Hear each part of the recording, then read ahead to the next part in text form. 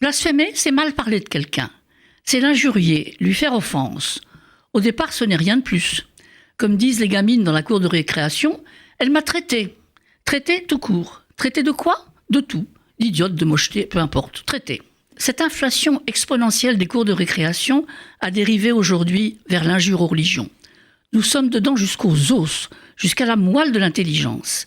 Et pourtant c'est idiot, car il n'y a pas une seule religion qui ne comporte pas à l'intérieur d'elle-même ses contestataires injurieux comme une obligation. Quelques exemples. Dans la religion chrétienne, les mystiques femmes du Moyen-Âge, j'en ai déjà un peu parlé, se distinguent toujours par leur façon rebelle. Presque toujours pour éviter le mariage. Parce que le mariage, à l'époque, on était forcé d'épouser à 13 ans un type de 20 ans, 40 ans, peu importe, quelquefois 70 ans. Morte en 1380, Sainte Catherine de Sienne refuse le mariage. Elle se coupe les cheveux, elle se brûle à l'eau bouillante, elle se défigure.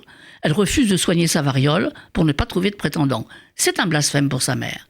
Puis elle décide de ne manger que des herbes sucées avec du pain et de l'eau, puis elle supprime le pain, puis les herbes, puis l'eau, et elle meurt de soif.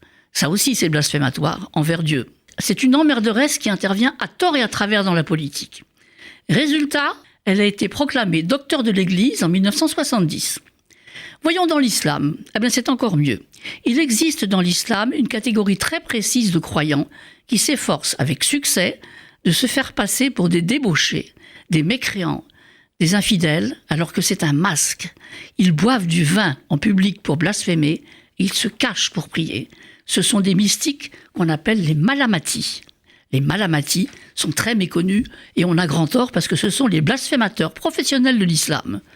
Et alors pour les juifs, ça n'est pas ça qui manque. Entre Sarah qui rit, David qui fait tuer le mari de celle qu'il aime, ou bien tous les faux messies comme Sabbatai Zvi, qui a si fortement touché et embarqué les juifs d'Europe au XVIIe siècle.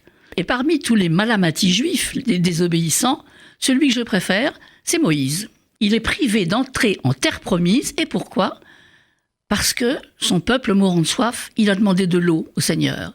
Et le Seigneur lui a dit « touche cette pierre avec un bâton ». Et Moïse a touché 2 fois la pierre. Une première fois, et puis une deuxième fois au cas où. Oui, et alors? Alors 2 fois, c'est une fois de trop. L'Éternel le punit pour sa défiance. Blasphématoire donc. Je crois que nous le sommes tous et toutes, au moins une fois dans nos vies.